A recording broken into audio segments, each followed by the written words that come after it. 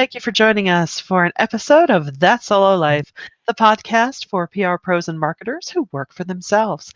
I am Michelle Kane. My company is Voice Matters, and I am here as ever with my wonderful co host. She is Karen Swim. She is the leader of the pack that is Solo PR Pro. Hi, Karen. How are you today? Hello, my fabulous co-host Michelle. How are you doing today? I'm doing all right, Yeah, this is going to sound pathetic, but I'm looking forward to one day off in a 3-day week. Yes, you are, and I am so glad that you're doing this for yourself because you have worked far too many days in a row. So I'm so proud of Well, you for taking some time as we off. do.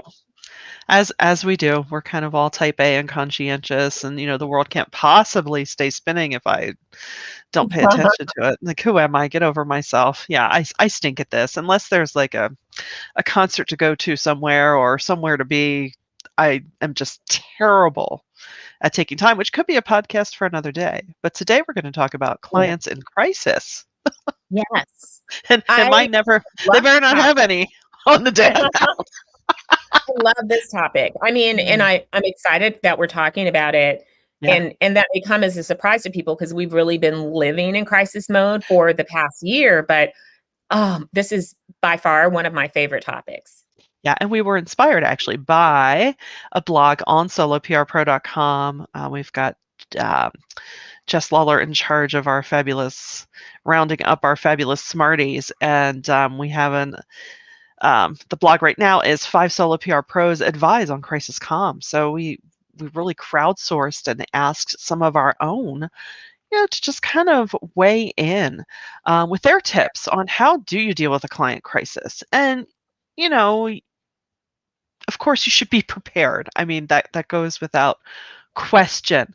I think, however, in the moment, it's good to prepare yourself, right? Yeah. Just know you have that part of your brain at the ready that if something hits the fan for your clients, that you've internalized some of this so that it becomes instinctual.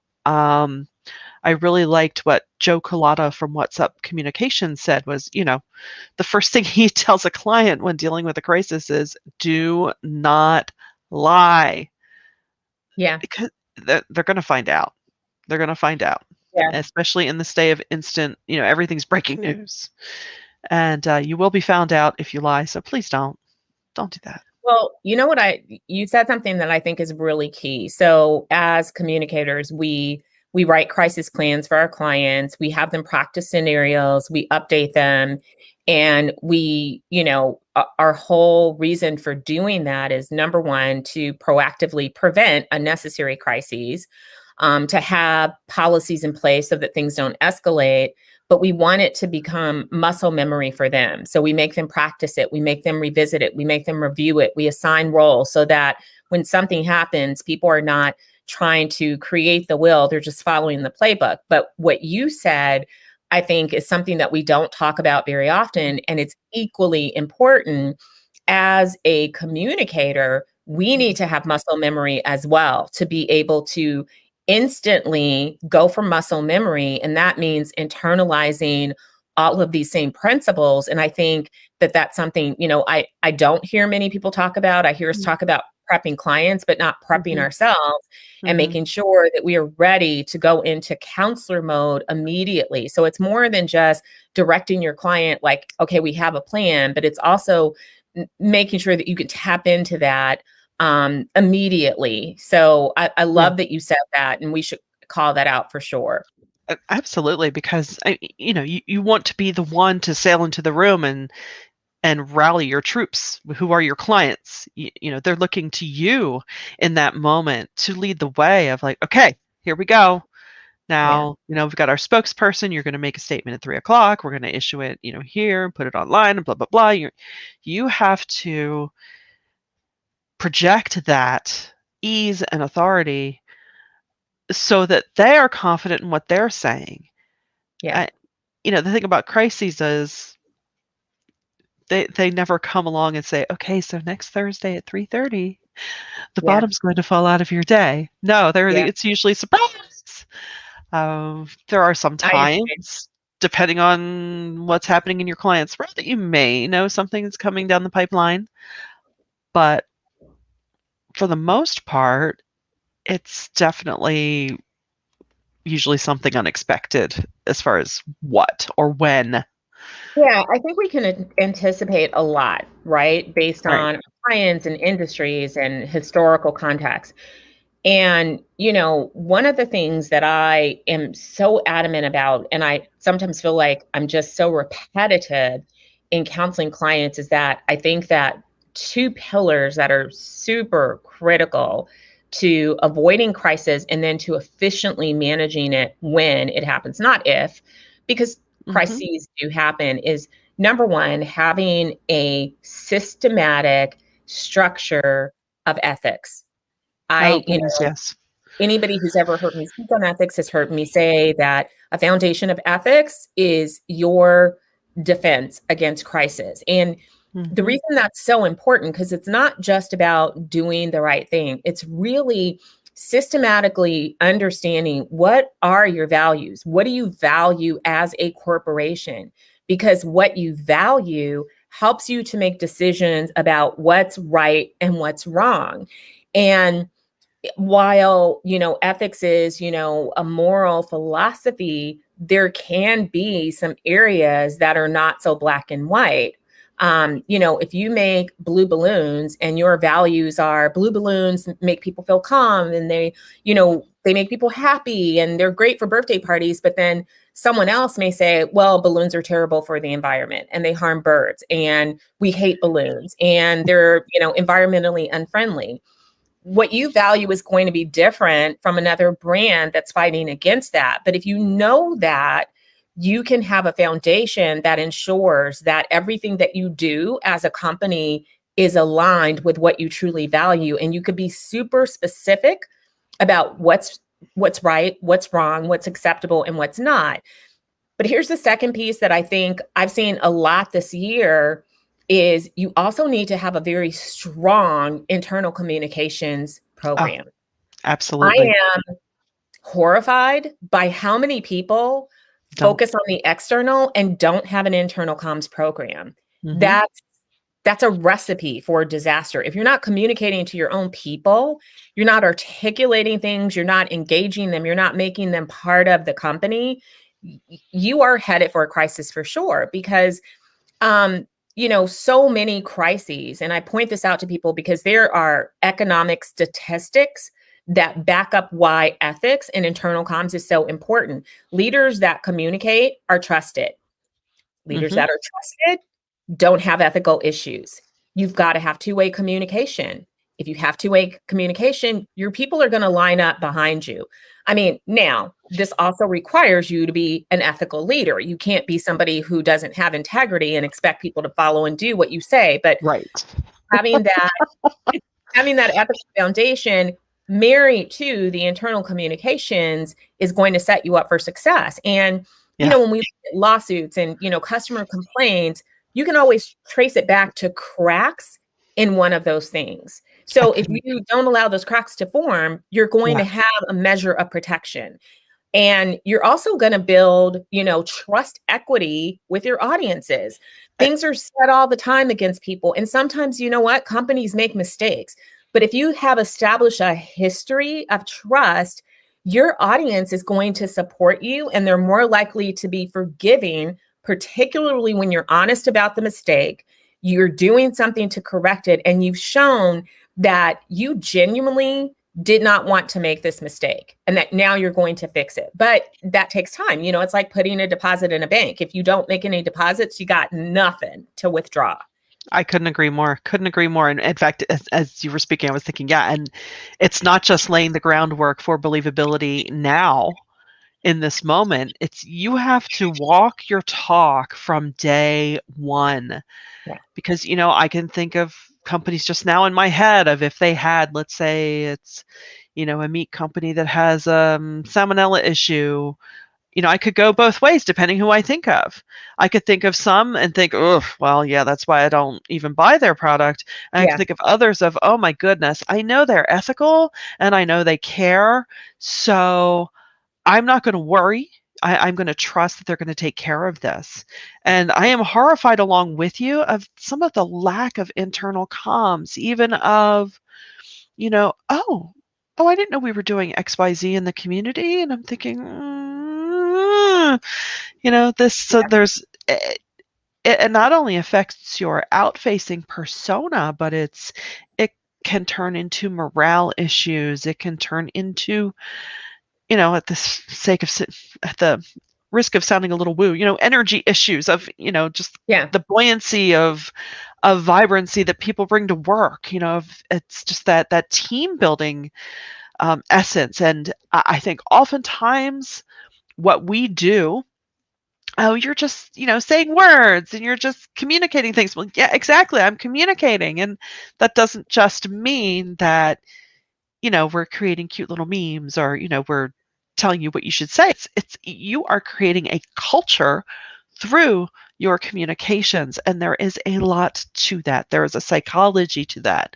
Yeah. There is a thoughtfulness, and it does have economic impact.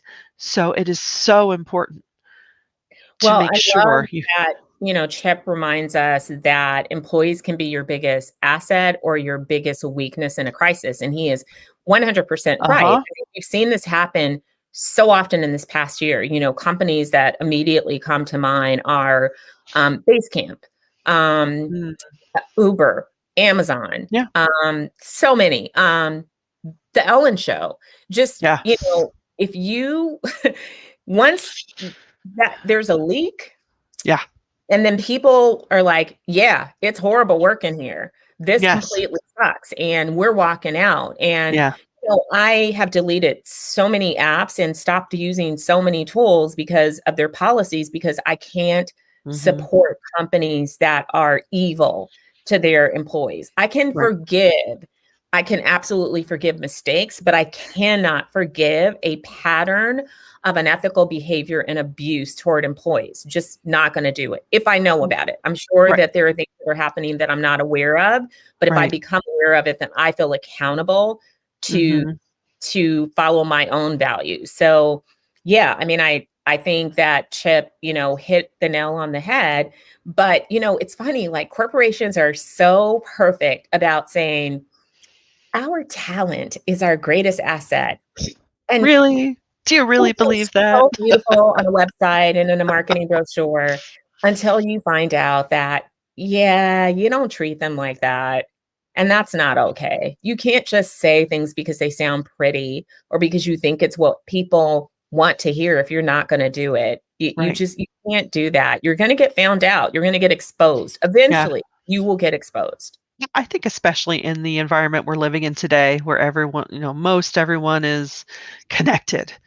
Most of us are online. Information, whether good, bad, or indifferent, is available to us in a matter of seconds. So, and, people will talk. And I think that's a good thing. Like you point back to the Ellen Show and things like that, where, I'll be having conversations with people and they'll say, oh, well, why is everyone talking now? So, well, because they feel that they have the ability to now. They feel protected. They feel safe to do so. So I'm going to be inclined, where there's smoke, there's got to be a little fire. And you're absolutely right. And companies need to be aware of that. And like you say, evil practices with your employees. Like what's your point? How rich is rich enough? And it will, I don't know, things are coming out now about Bill Gates, and, here for many years, we've just thought of him as a wonderful philanthropist who was really moving the needle. And not to say that he has not done some excellent things in his life, but it saddens me greatly that America created a corporate work culture where people felt afraid. They felt afraid for their livelihood, and these practices were allowed to go unchecked, and people rose to even greater positions of power, and they didn't deserve to be there. Now, I don't know the inside story. I have not fact checked it, So please do your own research and be discerning about media sources and check on it. But there are reports emerging that, are disturbing. Some of them appear to be false. And I don't want to get into a marriage because the way I feel about that, none of my business. Right. But the behavior with employees and when more and more people continue to step up, those are concerning. And as communicators, those are things that you absolutely should be talking about with your clients. Totally. It's really, you liken it to attorney-client privilege, right? It's like we're in the cone of silence here. I don't know how many times I've said this on the show already. I don't need to know everything. I really don't want to know everything, but I need to know everything. It's the only way we can help you, guide you. And I don't say this in a cover-up way, but it helps us protect you, mostly from yourselves. It's like, no, you can't say that way. You might feel that. Say, type it up. Yes. Don't hit send. Yes. Completely agree. Don't say it out loud. We should absolutely be pre-qualifying clients based on these issues as well. I love that one of our very smart PR professional, she's no longer a solo, she's doing great work in the public sector, but she's still part of our tribe, Allison Kenny. And she started a topic of discussion the other day about vetting startup clients. What are the things that you look at? Because, and I love the discussion because she was thoughtful in, okay, what are the tools that you're using to research the leadership and research their experiences and their backgrounds? And I think that, as PR pros, we do have to feel good about the clients that we represent. I absolutely believe that they should align with our own values, that it should be work that we take great joy in doing, that we have some expertise that we can apply, that we can get results for them. But I also think that, you shouldn't feel icky about representing somebody. And if you are going to work with a company that maybe there's not a lot of public record and it's, a startup, that you do have to ask the hard questions about their leadership style and things that they believe. Ask, because if you don't, and that client turns out to be a nightmare and completely unhinged, and trust me, I've seen and heard things that have curled my hair, then you're going to be putting yourself and your reputation into a position to have to defend something that you don't even believe in. So that is so true. Yeah. I mean, ask. Don't be afraid to ask, and then don't be afraid to turn down work that doesn't align with who you are. Right. I think it's so important what you just said of, some of the stink will rub off on you. And you have to make sure, okay, is that what I want to be known for? I mean, some people might want to craft their business that way of, hey, I can get anyone out of anything. And that's fine if that's your choice. But yeah, you want to make sure that they aren't doing anything too untoward, that you don't want to be, at the end of the day, either associated with or finding yourself in a position where you are the one crafting the defense for that. So I guess it's almost like, do you want to be a prosecutor or a criminal defense attorney? Well, not entirely. But anyway. In this environment that we live in, I also think it's important to really kind of measure your own bandwidth about what you have the capacity to deal with right now. One of the hardest challenges for me over this past year is working with clients managing crisis in certain areas like DEI, because it's required me to immediately shift into, balanced professional that's completely neutral, and to be able to quickly assess the issues and to give advice with issues that are absolutely impacting me. And it's why I understand all the statistics around DEI professionals and why there's such a high rate of burnout, because you are both the person impacted, but also the person tasked with fixing the issues. And I don't want to minimize how difficult that is. Same for, there could be gender issues. Perhaps you are a woman who is having, and maybe you have suffered harassment, workplace harassment or abuse, and now you're having to manage these things in your professional realm. And so be honest with yourself about what you can really take on. And it's okay. I'm fond of saying lately, just, never be afraid to say no, never be afraid to walk away, and don't be afraid of not being able to do everything. It really is okay. Right. You I can't get know. worked up about this stuff. No, no. But you do need to protect yourself and your psyche and just your sanity too at the end of the day. Just making sure not to do maybe, just know, okay, well, I can handle it with this client, but with that client, let me bring someone on board who can offset that. Yeah. Because, I I love think, that Chip always comes in with the perfect soundbite. oh, this is That's great. so smart.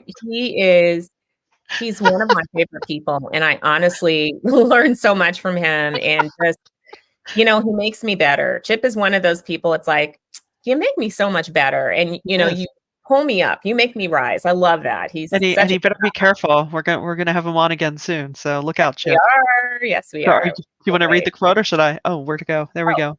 He said, you may be able to attend church only on major occasions, but you can't profess ethics only when you're in a crisis. That's right. smart man. Your And that's sins so will true. be found out. Yeah. But, I also want to talk about the opportunity as Mhm. public relations professionals, especially these days. Everybody wants tier one media. They want business media. They want media relations. If you're able to take a step back and Uh-huh. point out those cracks in a client's foundation, you're Yeah. able to create richer engagements that are going to be more valuable for you as a professional, but as for the client as well. Because let's face it, media relations, we know that it's a steady drumbeat and that you can gain momentum, but it goes and it comes. And Mhm. getting, a Wall Street Journal hit or a New York Times hit today is not going to mean much in 5 years. It's, Right. something that you have to continue doing. But when you are actually setting up an organization with a strong foundation for success, with an ethics infrastructure, and with a strong internal communications program, Mhm. that's something that's going to continue to pay off in dollars and cents. And as PR professionals, we are often tasked with tying what we do to economic impact. That's one way of doing it. And there are all sorts of statistics and metrics out there that support that work. But I also personally find the engagements that allow us to go deeper and to really use our expertise to be so much more rewarding than just Absolutely. media relations. Yeah. Um, you get a little bored. I like to use my not to say that you're not using your brain for media relations, because it requires a lot of You are, creativity and sure. a lot of But persistence and building relationships, but I like to exercise other parts of my brain is mhm. what I'm really trying to say. Like, We need variety. yeah, you need a little We do. variety. And I Yeah. find that very rewarding when I can go deeper. And, I find that a lot of times within that, I get to lean into a lot of leadership, mentoring, and coaching, which I personally enjoy. Maybe you don't enjoy that, but if you add this and you become more strategic, which is something one of our Solo PR Pro members, Jennifer Hudson, talks about all the time. She is the strategic communications expert. She is the queen. She has courses on it. She talks about it. She speaks on it. She's highly in demand and she's so smart and really knows her stuff. If you really become more strategic, you are going to have richer, longer lasting, and more profitable client engagements. Mhm. So true. So true. I mean, I think it's in a way our job as PR pros and even in the marketing and advertising world, it's our job to think for our clients to a certain extent, not clearly not in their area of expertise because they do what they do and we do what we do, but it is our job to think on their behalf of, okay, here's what you need to think of down the road. Why don't you try this? It's like if they do a lot of community and charity work, you really should consider maybe starting a foundation. And I love what you said about, just trying to get those bylines and those, placements. What if the organization operated from a point of ethics as one of our core values? The way we do business is one of our core values. So we're going to speak on that. Yes. And then you're in demand for that, and that's almost my favorite kind of media to get someone. Oh, and by the way, I sell fabulous products. Yes, I But totally that's agree. neither here nor there. And I was thinking of if you really need to internalize this for yourself, that you're capable of doing so much more, and how valuable that is really is. So we Mhm. just, tax day was this week, and think about an accountant. Yeah, you might pay somebody to prepare your taxes, and that's great because they take the pain out of it. But you might even pay a little bit more for an accountant that's strategic on your behalf. Somebody Exactly. who looks at things and says, I noticed that, these systems that you're using are duplicated, and there's a more streamlined way to do this. Or I noticed that you have these ongoing expenses. There are ways to save money on that. I looked at some ways that you could, reduce your tax burden. You want somebody that's thinking ahead for you, somebody who could say, Yes. this corporate structure worked for you early on, but I think that you should consider this. So we want those strategic counselors, and we're willing to pay a little more for that because the rewards are going to pay off. We're going to get our return on investment. But somebody who just does the task, Right. yeah, we'll give them money, but do we really value them? Because no, if somebody else comes along and they are going to do the task and they're going to do them cheaper, you might change Right. because it's task to you. But when you are doing more than task and you're really getting into the strategy, that has Mhm. a greater value. Oh, that's so true. I mean, what you outlined is exactly what I look for in any service professional. I've told my accountant many times, please treat me like I'm a 4-year-old because in Yeah. this arena I am. Just lay it out and tell me it's going to be okay. But yeah, and I Yeah. think we have that opportunity to be that to our clients, and I'm sure many of you listening are doing that. You're looking for those opportunities of, hey, this would be a great direction for you to move in. I think, it would position you well and might increase your sales, which is what you always want, Yeah. or grow your just grow your business. So I think it's key. It's key. So I think that everyone in our audience wants to do this and yeah. maybe doing it on some level. But I also think that the majority of our audience can relate to getting in a spin cycle because Oh, clients are like, yeah. give me this, give me that, give me this. And you're just busy. You're managing your Mhm. clients and you're just delivering results. And then you look up and you're like, how did I get here? I mean, Yeah. I too Oh, have been guilty of that. Like, how did I get here? This is yeah. not even what I want to be doing. This is stupid. Right. So today we hope that we've given you some things to think about and to remember how smart you really are and how valuable you really are to your clients and how much more you could be getting in engagements, not only in terms of dollars and profit, but in terms of fulfillment. I couldn't agree more. Couldn't agree more. These are the pep talks we need to give to ourselves as well as to each other. And it's so true. We get so busy in the deadlines and the this and the that, and you just stop and think. I know even just lately I've been thinking, am I tracking all right? What's happening? And that's okay. That's good. It's good. It's Yeah. why we should take an hour. Promise yourself you're going to take even 30 minutes every week and just think about your business and see how that does. And let us know about that at soloprpro.com. And if you have enjoyed this episode, please do share and subscribe. And until next time, we thank you so much for listening to That Solo Life.